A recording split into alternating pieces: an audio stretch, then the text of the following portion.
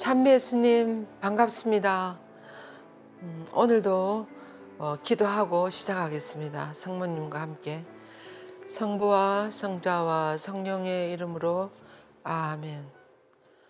恩宠이 가득하신 마리아님 기뻐하소서.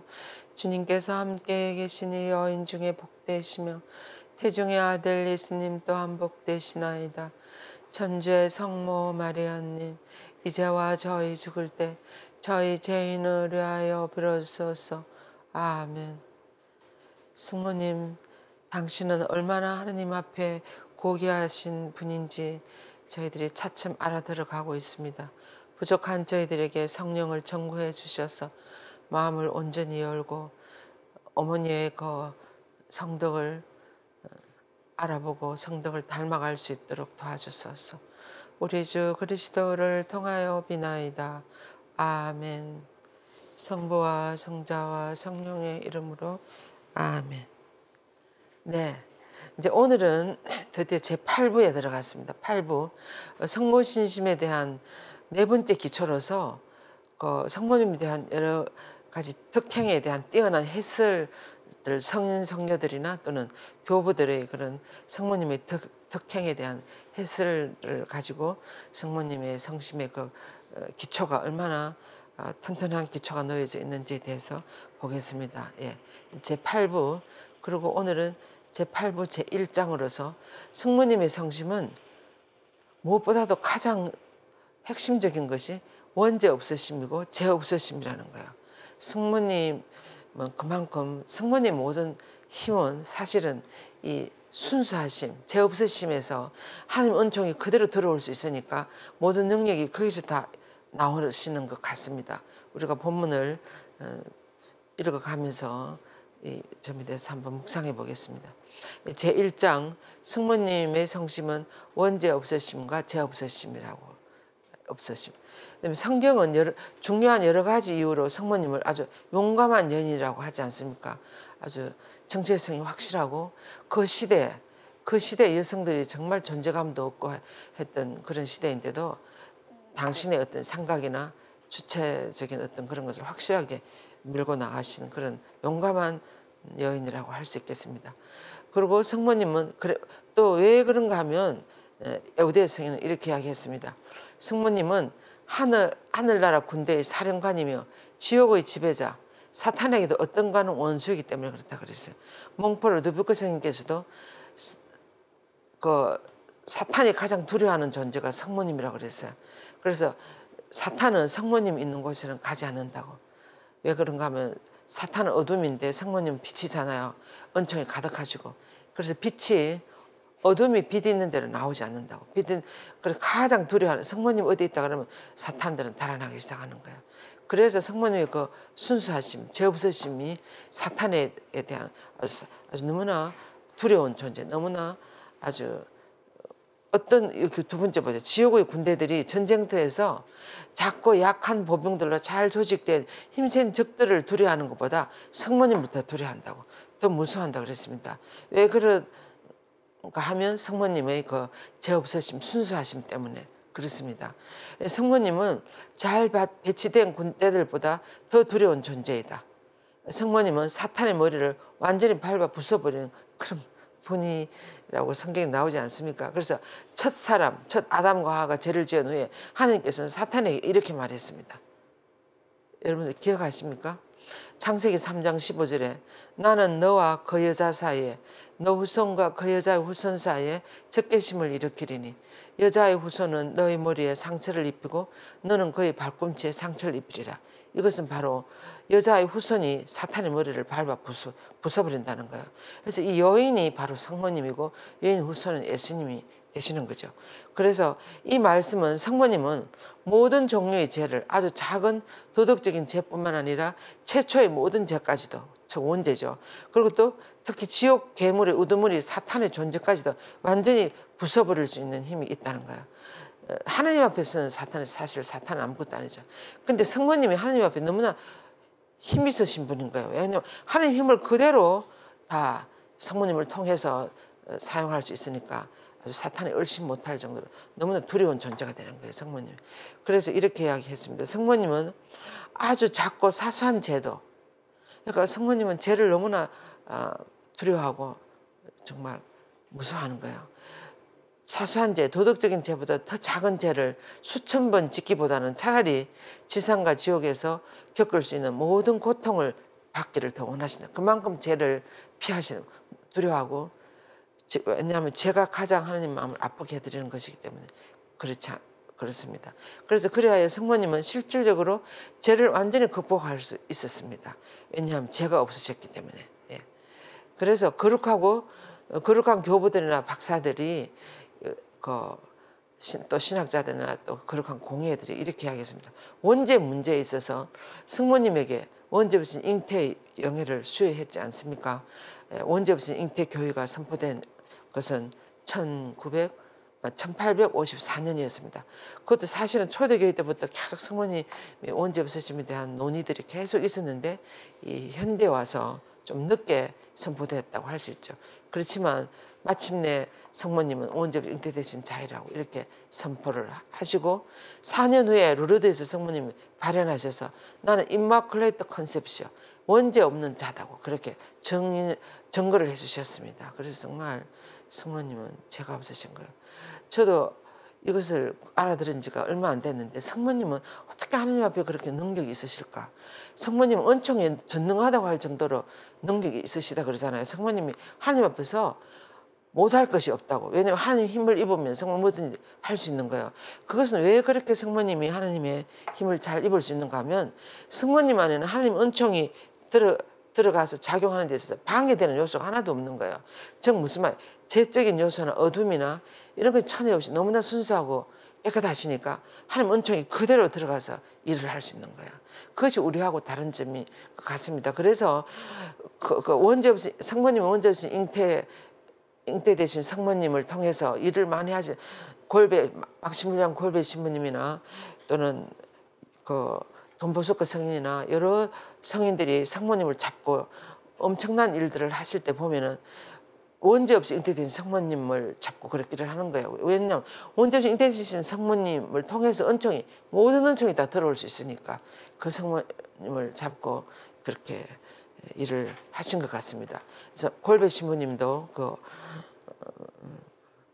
성모 기사회를 만들 때 골베 신부님 자서전을 봤어요. 제가 자서전 본 지는 한 20, 30년 전이었는데 거기 보면 이 골베 신부님은 뭐 항상 한 10cm 정도 되는 원죄 인된 성모상을 가지고 다녀요.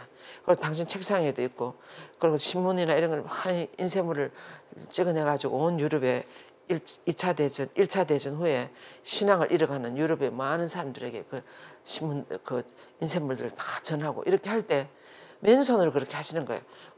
원죄 없이 인된 성모님 잡고 그렇게 일을 하셨습니다. 그래서 여러 기적들이 많이 일어나는 것을 그 자서전에서 제가 본 적이 있어요. 그래서 여기 보세요. 전능하신 하나님께서는 원죄로부터 성모님을 보호하셨다는 것을 모든 교부들이나 박사들이나 신학자들이 그것을 계속 고소한다고 그랬어요. 공회에서도 그렇고. 그리고 오늘날 수많은 가톨릭 이렇게 다 1854년에 성모님 원죄 잉태신 교회가 선포되기까지 수많은 신학자들이나 또는 교부들이나 또 공회 그런 교부들이 그것을 논의하고 논쟁하고 기도하고 계속 이렇게 해가지고 드디어 비오구세 교황님 통해서 그렇게 선포되지 않았습니까? 그렇게 해서 이렇게 하는 그 교회를 거부하는 사람, 받아들이지 않는 사람들이 있어요. 그래서 에우대 성인은 이렇게 이야기하고 있습니다. 오늘날 수많은 가톨릭 신자들과 신심 있는 자들까지도 이처럼 고귀하고 영예로운 동정 성모님을 아담의 다른 후손들과 같은 위치에 두려는 이유를 나는 이해를 할 수가 없다. 성모님 원죄 없이 잉태되심을 인정 안 하려고 하는 거죠. 그리고 또 태양보다 이렇게 에우대 성인은 태양보다 더 순결하시고 하나님이 지극히 거룩한 어머니께서 잉태되실 때 원죄의 오점으로 더럽혀졌다고 주장하고 또 그 주장을 고수하려는 이유를 나는 알아들을 수가 없다고. 왜 사람들이 그렇게 하는지 알아들을 수가 없다고. 그 수많은 공예를 거쳐서 그렇게 했는데 이렇게 말씀하셨습니다. 그러시면서 복되신 동정 마리아가 원죄 없이 잉태되었다는 사실을 부인하는 것은 이렇게 해서 영원한 진리인 성경의 절대 틀림없는 말씀이 잘못되었다고 말하는 것이나 마찬가지라고. 성경에서 성모님이 원죄 없이 잉태되셨다고 그렇게 나오진 않지만 은총이 가득하시고 성모님의 빛이 간접적인 그런 표현들이 많이 있지 않습니까? 그리고 이는 성모님을 죄나 어떤 것에도 더럽히시지 않은 한 마리 비둘기로, 그리고 그 안에 어떤 흠도 없는 원죄 없는 분이라고 칭하는 것을 부인하는 것과 같다 그랬어요. 그래서 나의 아가새에도 나의 애인이여 그대의 모든 것이 아름다울 뿐 그대에게는 흠이라고는 하나도 없구려. 이렇게 하는 이 표현을 성모님에게 우리가 비유할 수 있지 않겠습니까? 그런데 이것을 인정 안 하는 거예요. 안 하려고 하는 거예요. 성모님이 원죄로부터 보호되지 않았다고 생각하는 것은 성령의 거룩한 선언이 가톨릭 교회의 공의회들을 반대하는 것이나 마찬가지라고 그랬어요. 그리고 또 특히 성모님이 원죄에 물들지 않은 존재라는 점에 추호의 어문도 없다고 명백히 선포한 트렌트 공의회를 부정하는 것이다. 그래서 트렌트 공의회는 마르틴 루터가 종교 개혁을 함으로써 이 그리스도교를 완전히 다 흐트러놨어요. 모든 것을 다 아주 풍지박산을 만들고 해놓은 이런 교회를 다시금 새롭게 정립을 하고 정리를 하고 앞으로 나아갈 어떤 모든 것을 다 정리하고 한 그 공회가 트렌트 공회인데, 그때 트렌트 공회에서도 성모님 원죄 잉태되셨다고 그렇게 해서 공언하셨습니다. 그런 것들을 다 부인하는 것이라는 거예요. 그리고 또 하나님의 어머니가 잉태될 때 원죄를 지니셨다고 주장하는 것은 사도들의 결정을 무시하고 개인적인 의견을 따르는 것이라 그랬어요. 특히 안드레아 사도나 소야고보와 대야고보 사도의 의견보다 자신의 생각을 따르는 것이다. 특히 그 소야고보는 누구입니까? 소야고보, 대야고보들이 다 12제자들의 한 분이신데, 대야고보는 제베드의 아들 야고보와 요한 있잖아요. 그때 그 야고보예요. 그리고 소야고보는 알페오의 아들 야고보. 그래서 알페오의 아들 야고보는 예루살렘의 첫 번째 주교님이라고 그러지 않습니까? 그리고 또 처음으로 순교를 당하신 분이고, 그 어머니가 소야고보 사도의 어머니가 성모님하고 친척 관계, 그래가지고 알페오의 아들 야고보였는데 그 알페오를 크레오파스라고도 한다고 그래요. 그리고 크레오파스의 아내 마리아와 성모님이 엄청 성경에 여러 군데 나옵니다. 그래서 무덤에도 가시고 소야고보의 어머니하고 그렇게 다니시는 모습들을 볼 수가 있습니다. 그래서 이런 분들이 다 성모님은 원죄 없이 잉태되셨다고 다 이야기하셨어요. 그래서 안드레아 사도는 돌아가실 때 이렇게 이야기했습니다. 첫 아담이 하느님으로부터 벌을 받기 전의 땅에서 태어난 것처럼 첫 아담과 하와도 벌 받기 전에 아주 순수하게 태어났어요. 원죄 없이 태어났습니다. 그래서 이 사람들이 죄 짓기 전에는 원죄가 없었습니다. 죄를 이제 그 하나님 하지 말아라 하는 것을 참으로 한 선악과를 따먹은 그것이 원죄가 되는 거죠. 그런데 둘째 아담이 예수님도 결코 하늘의 벌로 더럽혀지지 않은 동정녀의 몸에서 태어났다고. 이거 확실한 말씀 아닙니까? 안드레아 사도의 말씀이 이런 말씀을 부인하는 거라는 거죠. 그리고 소야고보 사도는 자신의 거룩한 주인의 어머니에 대해서, 그러니까 예수님의 어머니에 대해서 이렇게 이야기했어요. 저 거룩한 어머니는 지극히 거룩하시고 원죄 없으시며 어떤 피조물보다 복되시며 케루빈보다 더 영예로우시고 세라핌 대천사 세라핌보다 더 영광스러우시며 영원히 복되시고 아무런 흠도 티도 없는 분이시라고 이렇게 안드레아 사도도 이야기했어요. 그리고 대야고보 제베드의 아들 야고보 사도도 위대한 사도들의 입이라고 불렸던 성테시폰은 사도들이 직접 가르친 교리를 우리들에게 이렇게 전해주고 있습니다. 이 동정녀, 이 마리아, 이 거룩하신 분은 잉태의 첫 순간부터 원죄로부터 보호되었다. 만약 마리아가 원죄를 지닌 채로 잉태되었다면 가브리엘 천사가 성모님에게 은총이 가득하시니 기뻐하소서 이런 말 어떻게 이렇게 인사를 할 수 있었겠습니까? 은총이 가득하시면 기뻐해라는 히라보로 케카리토메네 카이레 이런 단어인데 어떤 뜻이라 그랬습니까? 벌써 넘치는 은총으로 거룩하게 되신 분이요. 기뻐하소서 이런 뜻이에요. 그래서 성모님 안에는 은총으로 벌써 팍 정화되고 다 깨끗하게 해서 은총이 넘치고 풀 오브 그레이스, 은총이 넘치는 그런 상태라 그랬어요. 그래서 만약에 원죄 있게 태어나셨다면 어떻게 그렇게 그런 인사를 들을 수가 있겠습니까? 예, 그런 내용이 말이 되겠습니다. 그래서 그 성모님이 원죄로부터 보호되지 않았다고 믿는 것은 이렇게 교황 알렉산드로 6세, 율리우스 2세, 레오 10세, 바오로 5세, 그리고 그리고리오 15세의 통치권에 대한 존경과 순명을 거부하는 것이다. 이런 교황님들이 성모님이 언제 잉태되셨다고 그 교회가 선포되기 전에 벌써 다 이야기를 했어요. 그러니까 만약 이 교회를 받아들이지 않는 사람들은 파문에 처하고 이렇게 했습니다. 그런데 이 교황들은 성모님이 언제 오신 잉태 주기를 만들어서 권장하고 승인함으로써 성모님의 이 교회를 인정한 분들이에요. 교회가 선포되기 전에. 그래서 이 교황님들 중에 어떤 분들은 말로나 또는 글로나 또는 공적으로나 개인적으로 이 교회에 반대하는 것을 아주 금하고 만약 이걸 어길 시에는 파문에 처했다고 합니다. 그래서 이런 교황님들의 순명하지 않는 모습이죠.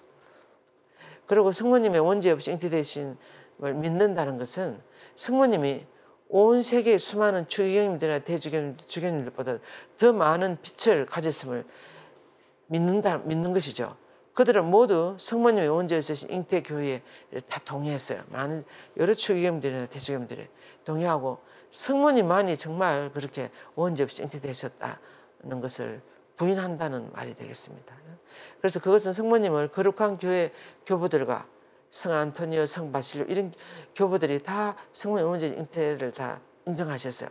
성 베네딕토의 모든 수도자들, 또 시토의 카르투시안, 프란치스코의 도미니코의 예수의 깔멜스도의 그리고 성모님을 분노와 저주의 자녀들 사이에서 포함시키는 그런 불명예로부터 절대로 성모님은 그런 죄가 있는 우리와 같은 그런 불의에 넣으려고 하는 이런 사람들로부터 그렇게 말하는 사람들로부터 거룩한 어머니를 방어하게 막기 위해서 대단한 열정과 헌신을 증거한 다른 많은 수도들보다도 더 위에 두는 것이라는 거예요. 성모님을. 예. 그래서 이런 많은 수도들이 성모님의 원죄 잉태되심을 방어했습니다. 그리고 성모님의 원죄 없는 잉태를 부정하는 것은 카톨릭 교회의 이 믿음을 반대하는 것이며 파리의 유명한 대학들을 비난하는 것입니다. 파리의 지금 이 마인츠 대학이나 발렌시아, 스페인의 슬라망카, 코임브라, 포르투갈의 바르셀로나, 세빌리아, 크라코우, 폴란드의 이 유수 깊은 아마 다 중세기 1500년대, 1200 이런 때 유수 깊은 대학들이에요. 이런 대학들의 어떤 결정을 비난하는 것이라는 거예요. 왜 그런가 하면 그리스도교 국가들의 이런 모든 대학들은 이렇게 했다 그럽니다. 지원자들이 대학교 들어오는 학생들이 성모님 잉태의 무죄함을 보존하는 그걸 서약을 해가지고 자신을 거기에 믿는다고 이렇게 서약을 할 때 신학 박사학위나 이런 것을 줬다 그래요. 그래서 그 성모님 원죄 잉태를 믿지 않는 사람, 받아들이지 않는 사람은 학위를 안 줬다는 말이에요. 그래서 이런 모든 대학들을 비난하는 그만큼 성모님의 원죄 잉태되심을 많은 사람들이 승인하고 그렇게 했습니다. 그런데 사실 여기는 지금 안 나옵니다만은 성모님 원죄 잉태를 유명한 보나벤투라 성인이나 무슨 아우구스틴 성인이나 중세기 그때 권 있는 그런 수도자들이 성인들이 아우구스틴 성인의 원죄설 있잖아요. 원죄설. 아우구스틴 성인은 원죄가 뭐가 원죄인가 하면 부부관계에서 태어나는 우리가 다 부부관계에서 태어나기 때문에 부부관계하는 그 자체 그게 원죄 인간의 욕망이나 어떤 그런 것에서부터 원죄가 흘러 넘어온다 그랬어요. 그래서 우리 안에 있는 무슨 욕망, 내 중심적인 거, 내 하고 싶은 대로 하는 이런 것들이 원죄의 영향이라고 그러지 않습니까? 그런데 아우구스틴 선생님의 원죄가 그런 거라고 그러놓으니까 모든 인간은 태어나면서 다 원죄를 뒤집어 쓰고 태어난다고 이렇게 이야기를 했어요. 그래서 아우구스틴 선생님이 거의 우리 그리스도교회에서 천년에서 거의 1000년간 그분의 신학이나 학설들이 거의 종교의 주류를 다 이루어서 토마스 아퀴나스 성인이 나오기 전까지 이렇게. 그러니까 많은 사람들이 그분을 따르는 거예요. 그래서 보나벤투라 성인이나 굉장히 학식 있는 이런 성인들도 아우스틴 성인이 성모님도 거기서 예외는 아니라고. 그래서 아우스틴 성인은 성모님의 그 원죄 없이 잉태를 인정하지 않았어요. 성모님이 죄 없으시고 너무나 깨끗하시고 선하시다는 걸 인정하는데 성모님이 원죄 없이 태어났다는 걸 인정 안 하는 거예요. 그래서 몇몇 중요한 성인들이 그걸 받아들이지 않았습니다. 근데 그렇지만 대부분 이렇게 하는데 조금 그런 반대하는 사람들이 있었습니다. 그 다음에 한번 보세요. 성모님이 받은 이 특권에 대하여 동의를 미루는 것은 프랑스, 이탈리아, 독일, 영국, 스코틀랜드, 홀란드, 포르투갈 그리고 스페인의 500명의 박사들 거짓말장이로 치부하는 것이라 많은 이 박사들이 이것을 인정했다는 거예요. 그들은 헤아릴 수 없이 아름답고 깊이 있는 저서들로 이 진리, 성모님 원죄 잉태되심을 주장했습니다.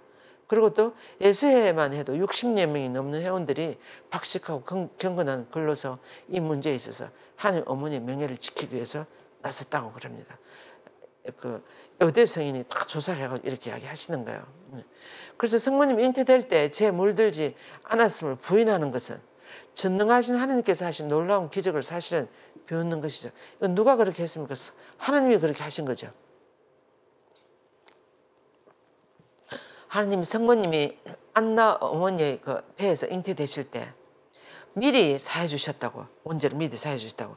돈 스코투스 그분이 그런 설을 이야기해가지고 원죄 잉태되심이 드디어 선포되게 되지 않습니까? 그래서 선행 구속되셨다 그랬어요. 성모님은 우리가 원죄를 사함 받는 것은 예수님의 구속 순환 때 그 십자가상의 보혈로 성혈로 우리가 구속을 받는데 하나님은 성모님에게 이 성혈의 은총을 미리 앞당겨서 입을 수 있도록 즉 선행 구속시켰다는 거예요. 왜? 예수님을 내보내기 위해서. 예수님이 죄 물든 육신을 취하면 안 되잖아요. 그래서 예수님이 죄 없는 육신을 취하도록 하기 위해서 성모님이 원죄를 먼저 사해 주었다. 이것이 교회에서 인정을 해서 이제 1854년 선포가 되는 거죠. 그래서 하나님이 하신 이런 놀라우신 기적들을 비웃는 것이 마찬가지다고 이렇게 표현했습니다. 그러면서 그것은 프란치스코의 칼타체나의 요한이 쓴 그런 책에서 제가 이 책이 제가 찾아보니까 잘 찾을 수가 없었습니다. 아무튼 이런 책이 있는가 봐요. 이 책에서 이 교회를 반대하는 이들에게 가해질 하나님의 정의에 의한 무질서한 징벌에 대해서 두려움이 전혀 없다는 것을 의미합니다. 그래서 아마 이 책에는 이 교회를 부인할 때 엄청난 벌을 받는다고 아마 그런 내용이 있었겠죠. 그래서 거기에 대한 두려움을 전혀 없다고 이렇게 하는 거나 마찬가지다 말입니다. 그리고 또 칼뱅 있잖아요. 칼빈이라고 우리는 그 종교 개혁을 해나가는 말틴 루터나 칼빈이나 쯔빙글리나 뭐 이런 사람들이 개혁을 해나가서 장로교도 만들고 그 무슨 감리교도 만들고 뭐 여러 가지 법파들을 만들었잖아요. 그런 것처럼 장 칼빈의 불경을 따르는 것이며 그분들은 성모님의 원죄 없이 잉태를 인정하지 않죠. 그래서 하나님의 어머니께 그리스도교의 신심보다는 미움을 가득 안겨드리는 것이라고 했어요. 장 칼뱅은 1500년대 이럴 때 마르틴 루터와 비슷한 시대 프랑스 출신으로 로마 가톨릭 교회를 떠나서 프로테스탄 장로교를 세웠습니다. 그리고 나중에 칼뱅주의 신조 이론의 칼뱅주의를 낳고 그래서 스위스나 이런 데 들어가서 엄청 많이 전파했죠. 그리고 그것은 천사들의 모이신 성모님보다는 은총의 상태에서 창조되었으나 타락한 사탄을 더 사랑하는 것이다. 이렇게 이야기했어요. 성모님이 이 원죄 없으심을 부인하는 것은 사탄을 더 사랑하는 것이다. 그래서 그것은 무수한 영혼들을 잃어버린 원인이 된 첫 남자 아담과 첫 여자 하와를 구원과 은총의 중재자이신 성모님 위에 들어높이는 거나 마찬가지라 그랬어요. 그래서 성모님이 원죄에 물들게 태어났다고 말하는 것은 아담과 하와를 성모님보다 더 위에 올리는 것이랑 이 말이 되는 겁니까? 성모님은 하나님 앞에 그렇게 하나님 말씀을 불순명하고 그렇게 하지 않았습니다. 끝으로 이 교회를 부정하고 비난하는 것은 너무나 열렬한 신심으로 원죄 없이 잉태 주기를 경축하는 가톨교회의 지혜를 부정하는 것이며 교회가 인정한 그리고 성 아우구스티노가 다음과 같이 시작되는 문장으로선 이 사실을 반대하는 것이나 마찬가지라고 그랬어요. 뭐라 그러셨는가 하면 교회의 지시와 근거에 의하여 전 세계를 통해서 시행되는 어떤 여러 가지 교회 가르침에 의문을 갖는 것은 가장 어리석고 교만한 것이라고 이렇게 이야기했습니다. 나중에 이제. 그래서 교회 가르침을 그대로 교회 가르침이 쉽게 나오는 것이 아니에요. 특히 교회나 이런 믿을 교리로 선포될 때 그것이 쉽게 나오는 것이 아니고 한두 명의 의견에서 나오는 것도 아니고 여러 신학자나 여러 그 교회 어른들이나 이런 분들이 논의하고 논쟁하고 이렇게 해가지고 기도하고 또 묵상하고 또 가톨릭 교회 안에서만 인정한다고 되는 것도 아니고 또 타 교회와의 어떤 관계나 교회 일치나 이런 것들을 감안해 가면서 이렇게 해서 그 선포가 되는 거예요. 성모님의 4대 교회를 보면 처음에 하나님의 어머니나 평생 동정성은 전부 다 초대교회 때 초세기 때 다 교회로 선포됐어요. 431년에 하나님의 어머니 데오토코스 그리고 553년에 제2차 콘스탄티노플 공회에서 성모님 평생 동정녀이다. 이런 교회들이 선포됐는데 성모님 원죄없이 잉태나 성모님 성천은 이 현대에 들어와서 됐어요. 1854년 그리고 성모님 성천은 1950 우리나라 6.25 일어난 그해 교회로 선포됐는데 왜 이렇게 늦어졌는가 하면 이 두 교회는 성경 안에는 없어요. 성모님이 원죄없이 잉태했다는 말이 없습니다. 근데 성모님은 너무나 순수하게 그렇게 살은 어떤 삶 그런 것을 그리고 또 은총이 가득한 여인으로 이렇게 천사로부터 그런 인사를 받고 한 여러 가지 이런 걸 유추해 가지고 또 이제 그러고 성모님이 요즘 현대 여성 신학자들은 이렇게 이야기합니다. 성모님의 죄가 없으신 분이라는 뭘 보고 알 수 있는가 하면 성모님 일생 동안 예수님과 한 번도 이렇게 예수님을 반대하지 않았다는 거예요. 예수님과 뜻과 일치 안 하고 멀리 따랄지 예수님 의견에 반대를 했다랄지 저기 한 적이 한 번도 없고 잘 못 알아듣더라도 항상 예수님 편에 가서 서고 예수님과 일치하고 하나님 원하시는 대로 했다는 거죠. 한 번도 하나님 원하시는 것을 거부하거나 하지 않은 그런 것이 한 번도 성경에 그런 게 하나도 없어요. 그래서 인간으로서 끊임없이 하나님 아버지 일치하고 그분과 그 아들을 그렇게 잘 아주 함께 협력하고 그렇게 한 것은 이 여인 안에 죄가 없다는 것을 확인하는 거라고 이렇게 하겠습니다. 저는 너무나 공감이 갔어요. 정말 성모님 안에 죄가 없는 영혼만이 그렇게 하나님과 일치할 수 있고 하나님 뜻을 한 번도 거스르지 않고 일치할 수 있고 또 예수님과 계속 한 마음이 될 수 있다는 거죠. 죄가 없으셨기 때문에. 그래서 그 성모님의 삶을 보면 이 여인은 원죄가 없으시구나. 정말 죄 없는 여인이구나. 그리고 또 죄가 없으시기 때문에 하늘나라로 올라가는 거예요. 성천은 누가 성천합니까? 우리가 죄가 없을 때 우리가 성천할 수 있죠. 그래서 원죄 잉태나 성천교회는 서로 연관되어 있습니다. 그래서 이 두 교회는 성경에 그대로 성경에 성모님이 하늘로 올라갔다 그런 말 없어요. 그래서 늦어졌어요. 계속 반대도 많이 받고 그리고 현대에 아주 1000년도 넘게 기다려서 이렇게 선포가 되었지만 사실은 초대교회 때 사람을 벌써 다 믿고 있었습니다. 2세기 3세기 이럴 때 신자들이 기도문을 보면 숲든 브레지듬이나 그 기도문 보면 하늘 복되신 하나님 복되신 천주의 모친인 복되신 동정 마리아요. 저희들이 당신께 어려울 때 다가드는 저희들의 청을 물리치지 마시고 항상 저희들 위해 정부해 주셔서 복되시고 영원하신 동정 이렇게 성모님께 기도해 3세기 때 처음 하신 그 숲든 프레지듬 천주의 성모님 그 기도문을 보면 그래서 200년 된 사람들이 벌써 기도했다는 거거든요. 그럼 200년 된 사람들이 성모님에게 우리 어릴 때 도와주셔서 이러면 성모님 어디 있다는 말이에요. 하늘나라에 계신다는 거예요. 벌써 성천에서 하나님 오른편에 예수님하고 같이 계신다는 것을 초대에 계신 데는 벌써 다 믿고 있었어요.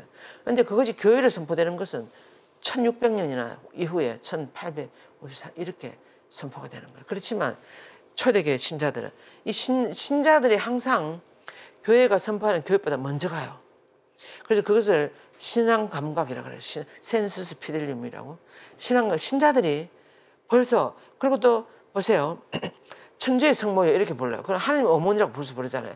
하나님 어머니 교회가 431년에 선포됐는데 200년 된 사람들이 하나님의 어머니 천주의 성 이렇게 불렀어요 벌써. 그리고 복되시고 영원하신 평생 동정녀 이것도 벌써 불렀어요. 그래서 교회를 200년 된 사람들이 벌써 성모님 교회의 세 가지를 다 받아들이고 믿고 그렇게 부르고 있었어요. 그래서 신자들이 안에 성령께서 이렇게 한다 그랬어요. 신앙 감각을 이렇게 해서 이렇게 신자들이 막 청문하고 이렇게 해가지고 나중에 교회가 그것을 교회로 선포를 하는 거잖아요. 그래서 항상 그 신자들 안에 성령께서 하시는 그 움직임이 엄청 정말 그게 중요하다는 거예요. 그래서 그 신앙 감각, 센스 피델리움이 엄청 중요하다는 거예요. 그래서 끝 부분에 보면 그래서 교회가 가르치는 그런 것을 의문을 가지거나 거부하는 것은 가장 어리석고 한편으로는 교만한 것이라고 그랬어요. 교만한 거. 자기 자신을 뭔가 잘 모르는 거. 그래서 이렇게 기도했습니다. 요한 에우대 성인은 이 성모님의 원죄 없으심에 대해서 이렇게 이야기를 우리가 이 성모님의 원죄에서 잉태되심을 부인하는 것이 얼마나 어리석은 것인가를 이야기하시면서 오 복되신 동정 마리아님 지극히 겸손한 마음으로 어머니께 간청합니다. 당신의 원죄 없는 잉태의 은총으로 당신의 순결한 성심을 통하여 제 마음 안에 이 충만한 풍요로움을 간직할 수 있게 해주소서. 성모님의 원죄 없으신 잉태 때문에 우리가 은총을 많이 정굴해서 받을 수 있는 거야. 예. 처음에 제가 말씀드린 것처럼 성모님의 모든 은총을 중재할 수 있는 그 전능하신 그 능력은 훌륭한 중재자가 될 수 있는 그 능력은 죄 없으심이 때문에 그렇다는 거야. 그래서 성모님의 어떤 모든 사도직이나 중재를 할 수 있는 그 능력의 핵심은 바로 원죄 없이 잉태되심입니다. 그래서 이것이 성모님의 그 존재 전체의 어떤 정체성이나 성모님이 어떤 분인가에 대해서 이야기할 때 엄청 중요한 부분을 차지하는 것이 바로 성모님의 원죄 없이 잉태라는 거야. 예. 그래서 제 마음에 성모님의 이 충만한 풍요로움을 간직할 수 있게 해주소서. 당신의 거룩한 자녀들에게 안겨주시는 이 완벽한 풍요함을 간직할 수 있게 해주소서. 주님께 저의 마음의 모든 죄를 주방해 주시도록 간청해 주시고 그 안에 주님의 거룩한 사랑의 왕국을 영원히 저희들 마음 안에도 건설해 주소서. 아멘. 이렇게 기도를 했습니다. 그래서 짤막하지만 에우대 성인께서 성모님 원죄 없이 잉태에 대해서 이렇게 묵상을 하셨어요. 우리 마리아 학교에서 그 4대 교회를 할 때 성모님 원죄 없이 잉태에 대해서 많이 이야기를 하는데 제가 이것을 조금씩 거의 최근에 몇 년 되지 않은 것 같아요. 알아듣는 것 같아요. 아, 성모님이 어떻게 그렇게 중재를 잘 하실 수 있을까? 성모님이 어떻게 이렇게 많은 은총을 전구해 주세요? 그것은 성모님 안에 하나님 은총이 전해지는데 아무런 방해 요소가 없다. 즉 죄가 하나도 없기 때문에 원죄 없이 잉태되신 분이기 때문에 은총이 그대로 은총의 통로가 된다 그랬잖아요. 그리고 하나님은 모든 은총을 성모님 통해서 우리에게 주신다. 그 말이 이 말이 그 말이구나 하는 것을 알아듣는 것 같아요. 그래서 몽골 루도비코 성인도 성모님은 은총의 통로, 은총의 수로와 같다 그랬어요. 그래서 모든 은총을 성모님 통해서 하나님께 이제 우리가 다음 시간에 이것도 묵상하게 될 거예요. 모든 은총을 성모님 통해서 우리가 다 받게 되는데 그것은 은총의 원천이신 예수 그리스도를 성모님 안에 넣어드린 거야. 그러니까 모든 은총이 거기서 다 나오는 거야. 그리고 또 당신의 아들을 성모님한테 보내기까지 성모님이라는 그 존재를 죄 없는 그런 분으로 만들으시는 거야. 제 원죄를 미리 사해서. 그래서 다 그것이 선행구속이 무엇인지, 왜 성모님 선행구속을 시키셨는지, 왜 성모님을 이렇게 원죄를 미리 사해 주시고 이렇게 순수하고 아름답고 은총이 가득하고 빛이 넘치는 존재로 만들어졌는지, 또 구원사업에 성모님이 어떻게 그렇게 어려운 그 힘든 알아들을 수도 없는 그 구원사업의 하나님의 뜻을 어떻게 예수님을 낳고 기르고 키우고 하면서 잘 가셨는지 그 핵심 능력은 죄 없으심 때문에 모든 것이 다 가능했구나 이런 것을 알아듣는 거예요. 그래서 우리가 여러분들도 성모님의 원죄식 잉태되심에 대해서 묵상해 보시고 또 성모님의 죄 없으심 너무나 순수하신 성모님 아름다움이나 평화로움이나 겸손이나 침묵 이런 것이 죄가 없으시기 때문에 그렇게 겸손하시고 아주 아름다우시고 온유하시고 그러신 것 같아요. 그래서 많은 그런 덕행이 성모님의 원죄식 잉태에서 나오시고 또 하나님께서도 삼일째 하나님께서도 성모님의 이 점을 활용하셔서 우리들에게 은총을 주신다는 것을 우리가 묵상하고 성모님을 더 사랑하면서 어머니께 이렇게 능하신 어머니께 많은 것을 청하고 이렇게 어머니와 더 가까이 지나시고 성모님 더 사랑하셨으면 좋겠습니다. 예.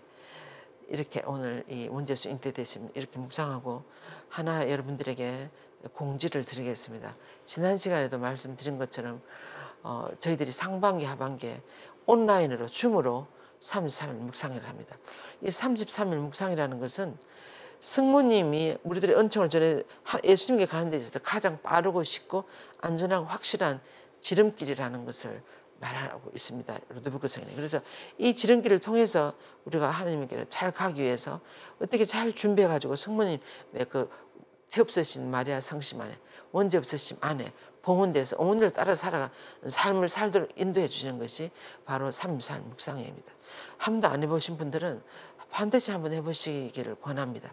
그리고 하신 분들도 처음에 이것을 하면 이게 뭐가 뭔지 잘 몰라요. 그래서 차츰 아주 10번도 한 1년, 이것은 기도서처럼 되어 있습니다. 이 교재가. 그래서 1년에 한 번씩 하면은 그만큼 우리가 자꾸 더 성화되어지고 우리들의 악습을 바라보게 되고 그 악습을 고쳐나가게 되고 은총으로 살아가는 방법을 나도 모르게 알아듣게 되는 거예요. 터득하게 되는 것 같습니다. 그래서 많은 분들이 이 줌으로 들어오셔서 직장에 다니는 분들도 그렇고 작년에도 외국에 있는 분들도 많이 들어왔었습니다. 들어오셔서 이 은총의 길, 이 봉헌의 길로 들어서는 그런 삶을 여러분들이 들어서시기를 간절히 기도하겠습니다. 예. 주위 사람들에게도 많이 전해주시고 아직 모르는 분들이 많아요. 이 봉헌의 삶이 뭔지 33일 기도를 통해서 봉헌의 삶을 어떻게 살아가야 하는지를 우리 평신도들이 모르는 분들이 아주 많아요. 우리가 요즘 본당에서도 본당 신자들 쇄신을 해야 된다. 우리가 신앙적으로 좀 더 쇄신하고 좀 더 기쁘게 살아갈 수 있는 것. 부활하신 예수님과 함께 우리는 사실 우리 교황님 뭐라 그랬습니까? 부활하신 예수님을 믿는 사람은 벌써 부활 안에 들어와 있다 그랬어요. 그래서 부활 안에도 우리도 부활하는 삶을 사는 거예요. 부활하신 예수님이 걱정하고 두려워하고 세상 살아 계실 때처럼 그렇게 하시겠습니까? 부활한 삶을 살아가는 우리들도 정말 기쁘게 감사하면서 이 성모님과 함께 성모님 따라서 살아갈 수 있는 이런 길을 따라 사는 것이 우리들의 영적인 쇄신이 아니겠습니까?